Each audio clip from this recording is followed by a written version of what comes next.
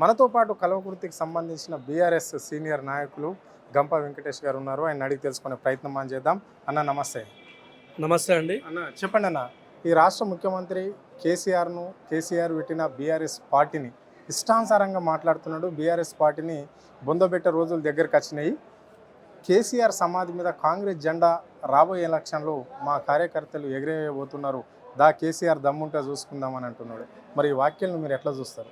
First of all మీ ఆద్య ఛానల్కి శుభాకాంక్షలు తెలియజేస్తూ, మరి ఈరోజు గ్రామాలలో వస్తే, మరి పట్టణాల్లో ఇడిచిపెట్టి గ్రామాలలో వస్తే ప్రజలే కాదు, రైతులే కాదు, మరి ఏ ఒక్కరైనా సరే, మరి విద్యార్థులు కానీ, మరి ఒక్కొక్క మంత్రి లెవెల్లో ఉన్నా సరే, లీడర్ అయినా సరే గ్రామాలకు రావడానికి భయపడుతారు. ఎందుకంటే వీళ్ళు మొత్తం పైన పడ్డారో నూనెలటారం లాక మరి ప్రజలను మబ్బి చెప్పి ఈరోజు గత 30 నెలల క్రితము మరి ఓట్లు వేసుకొని అడ్డమైన 420 హామీలు ఇచ్చి 420గా వ్యవహరించి అడ్డమైన హామీలు ఇచ్చి ఈరోజు ప్రజలు మోసం చేయడం జరిగింది.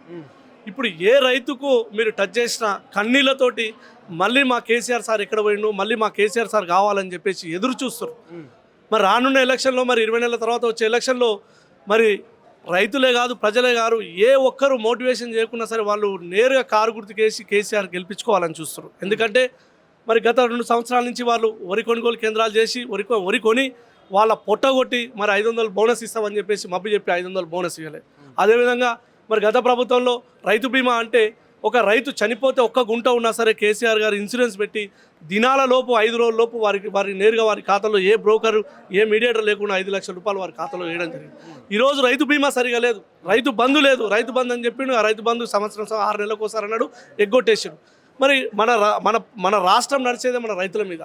రైతే లేదని చెప్పేసి ఈరోజు ఏదో కమ్మిచొమ్మి మాటలు చెప్పి ఈరోజు రైతులను అవమానపరచడం జరిగింది. రైట్ అన్న, మరి అట్లా ఉంటే ఇప్పుడు అకాల వర్షాలు పడుతున్నాయి, మొక్కజొన్నలు కావచ్చు లేకుంటే పొద్దుతిరుగుడు కావచ్చు, ఈ పంటలన్నీ చేతికి వచ్చినాయి, రైతులు వాటిని ఎండబెట్టడం కూడా జరిగింది. మరి ఈ పరిస్థితి ఏంటి? ఇప్పటి వరకు కూడా వాటిని జోకడం లేదు, వాళ్ళు ఇంకా వాటి మీద ఇంకా ఏం జరుగుతలేదు అని చెప్పేసి కూడా అంటున్నారు. కొనుగోలు చేయడం లేదు, కొనుగోలు కేంద్రాలు లేవు అని చెప్పేసి కూడా కొంతమంది రైతులు మొరబెట్టుకున్న పరిస్థితి. మరి ఏంది, దీన్ని ఎట్లా చూడాలి?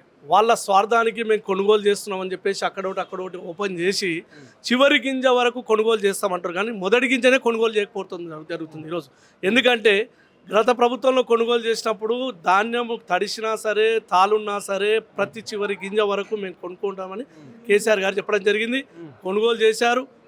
అదేవిధంగా రైతులకు నేరుగా వారి ఖాతాలో సమయానుకూలంగా వేశారు. తర్వాత మరి ఇప్పుడు నియమ నిబంధనలు పెట్టి మేము ఇంతవరకు అయితే మీరు ఎంత వండి అని మేము ఎక్కడికి ఇంతవరకు అయితే కొంటామని చెప్పేసి పత్తి కానీ, మొక్కజొన్నలు కానీ, వరి కానీ ఏవైనా సరే మేము లిమిట్ అని చెప్పేసి పెట్టడం జరిగింది. మరి రైస్ మిల్లర్స్ కూడా ఎన్నో కండిషన్స్ పెడితే ఈరోజు రైస్ మిల్లర్స్ కూడా కొనుగోలు చేసిన ధాన్యాన్ని కూడా తీసుకోలేకపోతున్నారు. మీరు అడ్డమైన కండిషన్స్ పెట్టి రైస్ మిల్లర్స్ని ఏదో విధంగా వేధించడం కూడా జరుగుతుంది. మరి ఇంకొకటి ఏంటంటే యాప్ అని చెప్పేసి ఈరోజు మరి ఇంతకుముందు గత ప్రభుత్వంలో కూడా కేసీఆర్ ఎప్పుడో 10 ఏళ్ల క్రితం చెప్పాడు యూరియాకి ఇబ్బంది పడవద్దని చెప్పేసి. ఆయన ఒక రైతు కాబట్టి రైతులకు యూరియా ప్రాబ్లం ఏందో తెలుసు కాబట్టి మరి సకాలంలో అందరికీ ఎంత ఎరువులు కావాలో అన్ని అందించడం జరిగింది.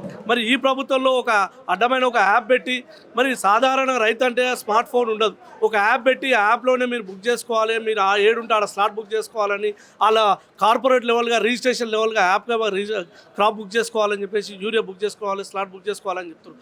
ఈరోజు ఒక రైతు ఒక బస్తా యూరియా కావాలంటే తిప్పలు పడుతుడు, సకాలంలో ఎరువులు అందలేక కూడా ఎన్నో పంటలు నష్టం చేయడం జరిగింది. ఈరోజు చివరిగా చెప్పండి అన్న, ఈ 6 గ్యారెంటీల ముచ్చటైంది, మరి ప్రజలు ఏమనుకుంటున్నారు గ్రామాలల్లో? 6 గ్యారెంటీలు అనేది వాళ్ళు ఒక కార్డు ఒకటి సృష్టించడం జరిగింది. ఈరోజు మేము 6 గ్యారెంటీలకు మేము బాకీ కార్డు అని చెప్పేసి మేము కార్డు పెట్టి ప్రతి పౌరుడికి, ప్రతి ప్రజలకి మేము తీసుకెళ్ళి చూపిస్తున్నాం. మీరు ఈరోజు ఆర్టీసీ బస్ అని చెప్పారు, ఆర్టీసీ బస్ పెట్టడం వల్ల ఎంతవరకు మీకు మన ప్రజలకు ఉపయోగపడుతుంది?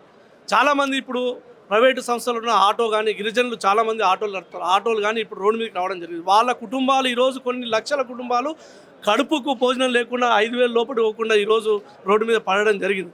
మీరు ఇన్ని గ్యారెంటీలు అని చెప్పారు, ఒక్క గ్యారెంటీ కూడా అమలు చేయలేరు కూడా. ఇప్పటికైనా మీరు ప్రజలు ఇప్పటికీ నమ్మలేరు, ఇంకా నమ్మరు, అయిపోయింది మీ పని. రానున్న ప్రభుత్వం కూడా బీఆర్ఎస్ ప్రభుత్వమే, కేసీఆర్ గారే సీఎం అవుతారని చెప్పి తెలుసు. ఇది పరిస్థితి. అంటే ఇక్కడ కేసీఆర్ ప్రభుత్వంతో పోల్చుకుంటే రేవంత్ రెడ్డి ప్రభుత్వం నిండా ముంచింది రైతులను అని చెప్పేసి ఆయన చెప్పడం అనేది అయితే జరిగింది. రైతుల పాపం మూకేబోదు, రాబోయే ఎలక్షన్లో మాత్రము రైతులు తగిన బుద్ధి కాంగ్రెస్ పార్టీకి చెప్పడానికి సిద్ధంగా ఉన్నారు.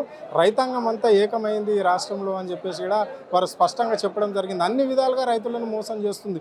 యూరియా విషయంలో కావచ్చు, ధరల విషయంలో కావచ్చు, కొనుగోలు విషయంలో కావచ్చు, అన్ని విధాలు కూడా రైతులను మోసం చేసిన ప్రభుత్వం ఏది అంటే కాంగ్రెస్ పార్టీ, రేవంత్ రెడ్డి సర్కారు అని చెప్పేసి ఆయన గట్టిగా చెప్పడం జరిగింది. కెమెరా పర్సన్ కళ్యాణ్ తో అరుణ్, ఆద్య టీవీ, హైదరాబాద్.